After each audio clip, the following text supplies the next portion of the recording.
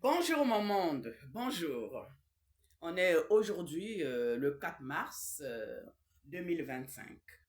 Dans quelques jours, nous allons célébrer la journée internationale des droits des femmes, le 8 mars. Voilà, donc ce 8 mars, c'était en 1977 que l'ONU a officialisé cette date, hein, et appelé tous les États à instaurer le 8 mars comme journée internationale des femmes. C'est ce 8 mars qui va prendre de l'ampleur et devenir le symbole du combat pour la libération des femmes. Voici mon monde, donc le 8 mars arrive et je me suis dit, bingo, nous allons maintenant aller vers l'histoire, chez nous au Congo-Brazzaville. Chez nous au Congo-Brazzaville, nous avions eu l'URFC. L'URFC avec notre slogan « Seule la lutte libère ». C'était bien trouvé, hein? Seule la lutte libère. Alors, pendant que on est en train de parler de l'URFC, on ne pouvait pas ne pas revenir vraiment sur ces femmes congolaises qui ont fait d'abord l'histoire au Congo. Et effectivement, nous allons voir aussi les femmes qui ont fait l'histoire. Comment est-ce que ça a commencé le 8 mars, au fait? Le 8 mars, après Racine, comment? Au fait, je suis allé faire des recherches et là, on me parle qu'en 1910, il y avait Clara Zetkin, qui est une militante socialiste et féministe allemande. Hein? C'était la première qui avait fait avancer cette idée pour mettre en place une journée consacrée aux droits des femmes.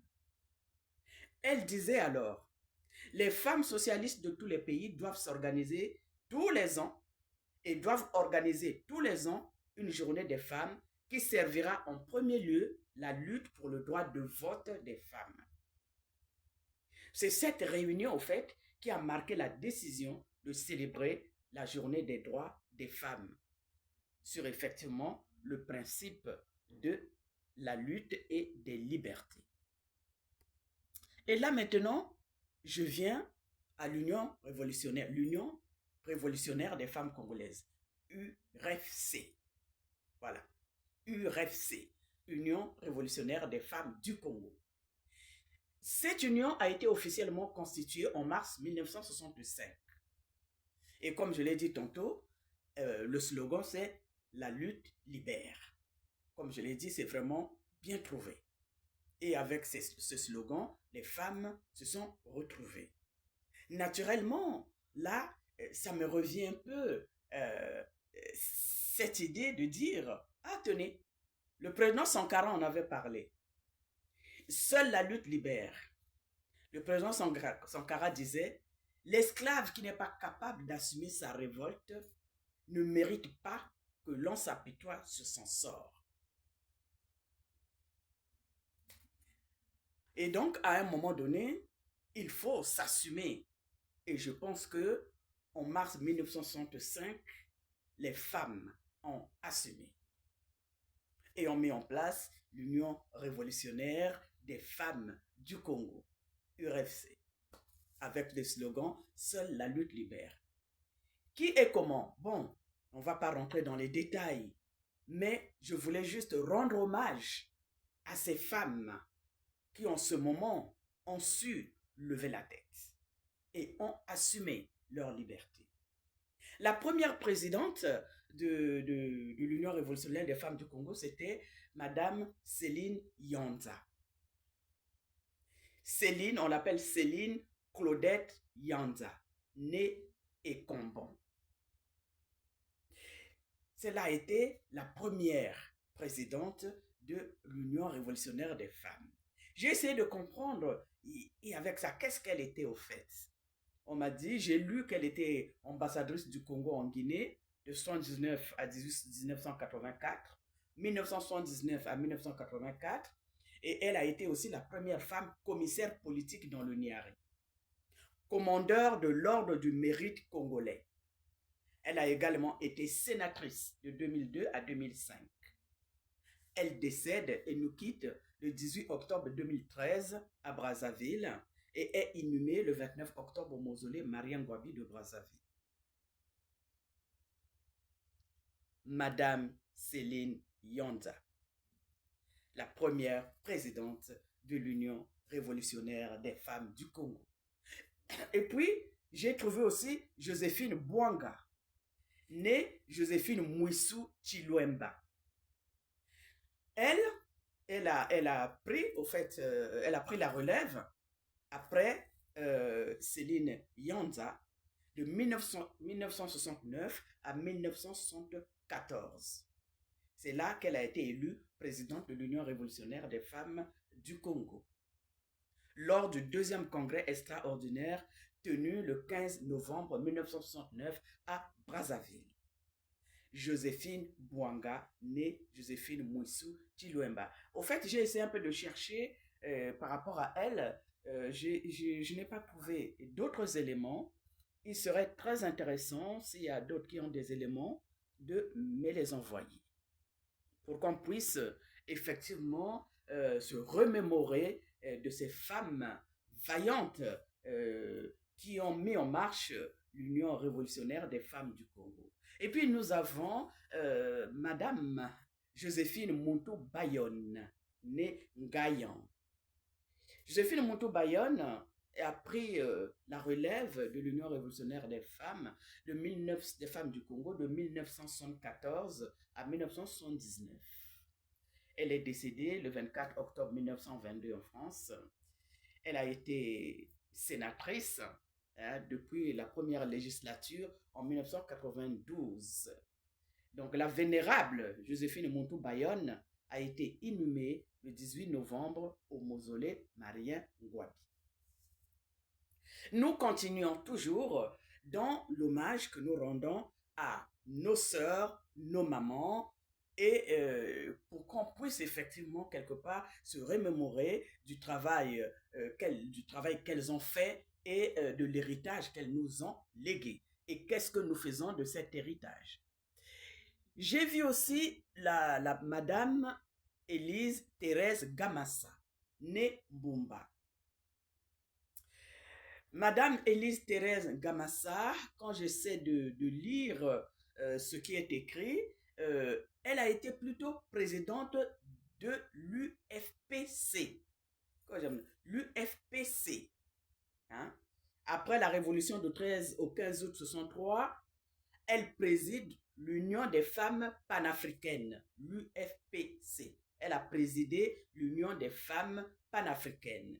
C'est ensuite qu'elle a intégré l'Union révolutionnaire des femmes du Congo, où là, elle a assumé la charge de l'éducation.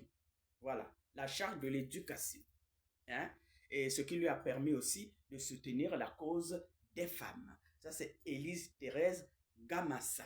Voilà. Parce qu'au départ, je me disais, présidente de l'URFC, présidente de fait, quand j'ai bien lu, elle était présidente, hein, présidente de l'Union des femmes panafricaines. Mais elle a intégré l'Union révolutionnaire des femmes du Congo, où elle a assumé sa fonction de chargée de l'éducation.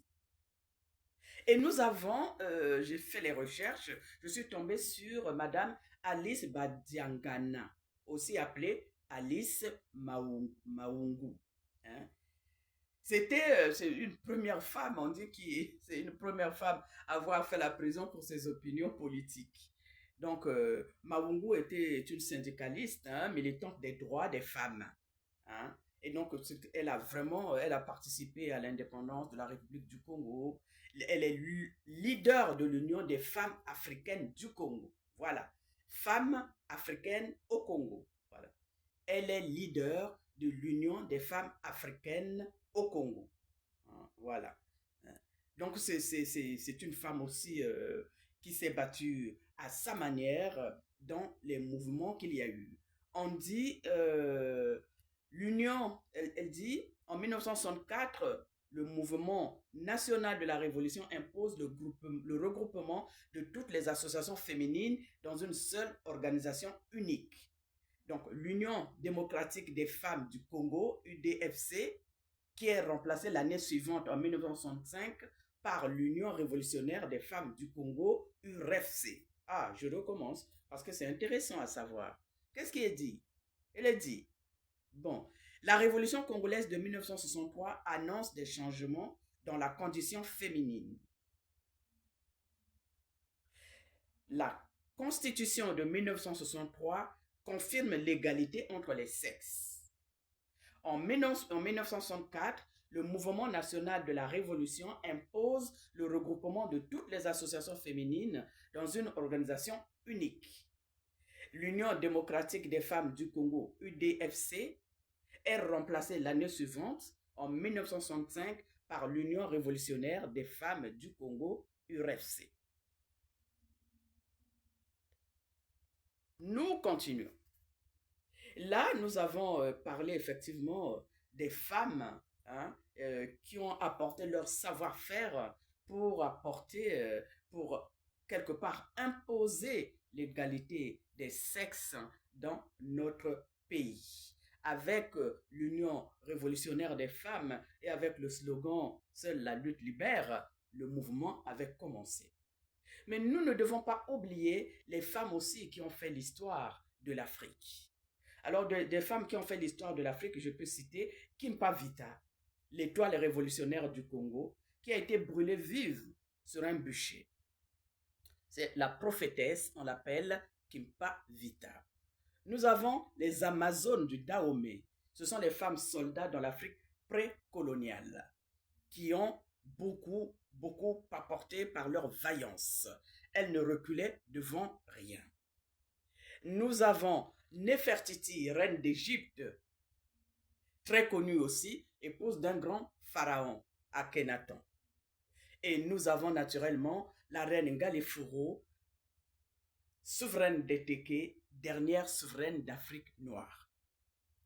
Mon monde à moi, quand j'ai dit cela, c'était il faut que nous rendions aussi hommage à nos femmes, à ces femmes qui, à un moment donné, se sont levées. Hein. La reine Ngalefuru, par exemple, la France lui reconnaît des mérites, lui a reconnu en ce moment-là des mérites imminents et lui a conféré des décorations militaires, civiles et coloniales, telles que la croix de chevalier de la Légion d'honneur, les décorations du Bénin et l'étoile d'Anjouan.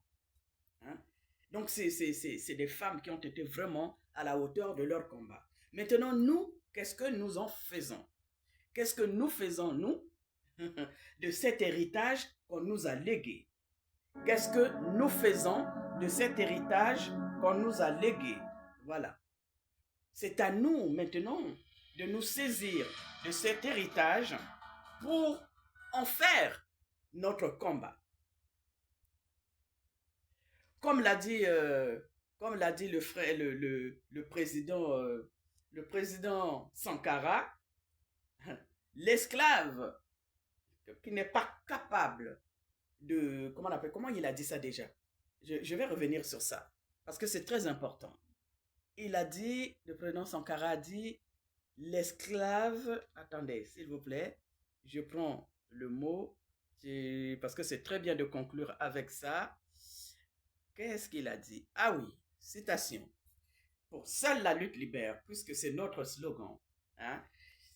Le président Sankara a dit, l'esclave qui n'est pas capable d'assumer sa révolte ne mérite pas que l'on s'apitoie sur son sort. Je répète, l'esclave qui n'est pas capable d'assumer sa révolte ne mérite pas que l'on s'apitoie sur son sort. Effectivement, c'est vrai que nous ne sommes pas des esclaves, je ne peux pas aller jusque-là. Hein? Mais cependant, nous les femmes, avec notre slogan « Seule la lutte libère », nous devons faire de ça notre combat. Est-ce qu'aujourd'hui, au Congo-Brazzaville, là où nous sommes pour nous, les Congolaises du Congo-Brazzaville, est-ce que nous avons déjà, comment dire ça déjà, est-ce que nous sommes, comment dire ça déjà, hein? Est-ce que nous avons déjà eu tous les acquis, les acquis, voilà. Parce qu'effectivement, quand quand on dit la lutte libère, donc quand dans la lutte, il faut qu'on ait des acquis. Quels sont les acquis que nous avons eus au Congo aujourd'hui? Bon, la femme a eu sa liberté, c'est vrai. La femme a le droit de voter, c'est vrai. La femme a la liberté de faire de réfléchir, de penser, d'agir, c'est vrai. Mais dans les agissements, qu'est-ce que nous avons apporté correctement? Aujourd'hui, est-ce qu'au niveau de l'Assemblée, il y a suffisamment de femmes? Hein, au niveau de notre Assemblée? Est-ce qu'il y a la parité au niveau de l'Assemblée? Est-ce qu'il y a la parité dans les institutions? Est-ce qu'il y a la parité dans les domaines politiques et culturels? Parce que c'est ça ce que nous voulons. Nous voulons cette parité. Nous voulons que cette parité soit vraiment acquise partout là où les choses se passent. Parce que dans notre pays, tant que la femme n'aura pas occupé la place qu'elle mérite, et mener les combats pour la construction de notre pays ensemble avec l'homme avec H minuscule, qui est notre frère, notre parent, notre père, et ensemble. Hein, si on ne se met pas ensemble pour construire notre pays n'ira pas de l'avant. Parce que pour que notre pays aille de l'avant, il faut qu'il y ait l'équilibre entre les sexes. C'est un peu ça ce que je voulais dire pour que seule la lutte libère, parce que pour que nous puissions comprendre le sens des mots et pouvoir les utiliser pour que ceci puisse nous être utile et que ça ne soit pas seulement des slogans, tout simplement pour les slogans. Donc c'est un peu C'est ce que je voulais vraiment dire, hein, pour qu'on puisse avoir, voilà.